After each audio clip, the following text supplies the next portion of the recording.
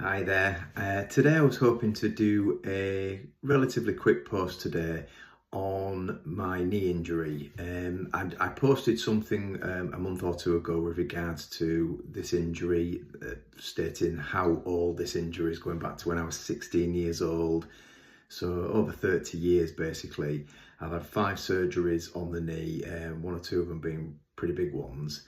And I've had a really good run on them because I've kept up the strength. It's got a lot of endurance in my leg, but due to a period of overtraining, um, I flared my knee up pretty badly, to be honest, to the point of where I could walk on it, but uncomfortably. So from the beginning of November to now, where it's around the middle of February, it has been a real roller coaster ride. I'm the kind of person that once I start to heal something or work on something, I try to kind of level up and move it on to the next stage of my recovery. Now that maybe worked when I was younger, but now I'm kind of on the cusp of hitting 50 years young. I have had a real eye-opening experience over this last 3.5 months. Now, I would obviously rather not have had this injury altogether, but it is what it is. And this is just for me to really advise on what I've had to do and the pitfalls that I've kind of endured. So in the first few days when I did this, I used the RICE method. So I was resting it, icing it, got compression on it and had it elevated. That did a really good job of reducing the swelling and getting me back to a really good place. Then it was all about building up the strength and the movement and use in that. Now I kind of overdid that again, just not really knowing what I was doing, to be honest, at this stage. So just putting it out there, I'm a personal trainer and I've exercised for 35, 40 years, including my childhood. And even we get these things wrong. We think we know what we're doing a lot of the time, and most of the time we do. But when it comes to our own bodies, we probably need to listen to our advice that we give to our clients. So that's been a real eye-opening experience for me.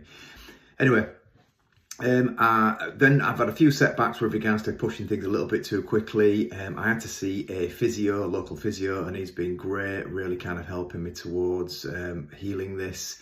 As a lot of you will know, I was working towards a 3-week Mount Everest base camp trek that I've been working towards for 2.5 years. That was supposed to be in April this year, which unfortunately I've had to delay and postpone due to this injury. I would not have been comfortable going ahead and going there when there's a big risk of it not being right. So, and I don't want to be that guy who gets heli lifted and evacuated off the mountain. So that's not the experience I want of that.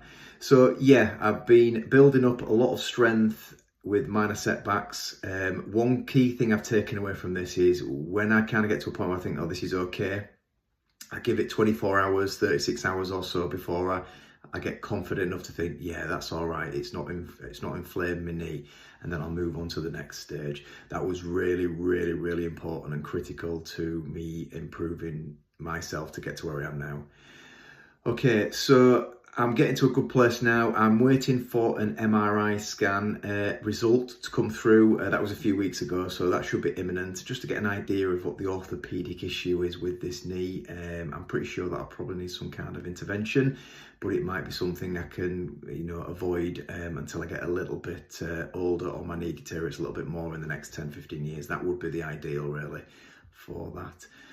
So, I'm hoping within the next 6 weeks, I'll be able to get back walking for a couple of hours on kind of flat surfaces. I can't wait to get back into the Lake District. I really miss it. That's kind of my medicine, to get out there.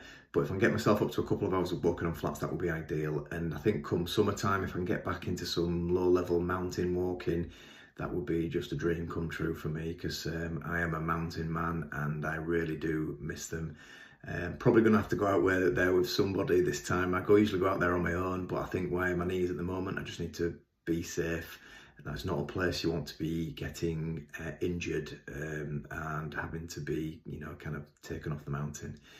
Okay, hopefully a nice short one for you there. If there's any questions, please drop them in the comments. More than happy to answer. I'm sure lots of you out there who have taken the time to watch all of this video have had different types of injuries, whether it's lower limbs, upper limbs, bodies, shoulders, necks, etc.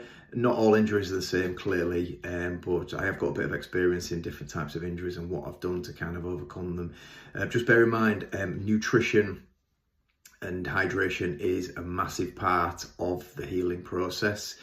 I really didn't want to kind of bombard you too much with other kind of hacks in this, but I've got a red light therapy and a sauna, infrared sauna, that helps me to kind of move these things on a little bit. I've just got back today from a hyperbaric chamber as well, so the oxygen hyperbaric chamber where they put you in a pressurized container. Basically it opens up all your blood vessels in your body, and they're pumping 95% oxygen into you. So I was in that for an hour today. I'm doing them every 2 weeks, and the improvements have been huge in terms of my knee. So I don't know if that's just coincidence or what I'm doing with my physio and what I've just explained in this video, but I'm doing loads of things to get things going and moving forward. All right, guys, I'll leave you with that. Thank you. And yeah, hope you enjoyed this. And yeah, let's live to thrive.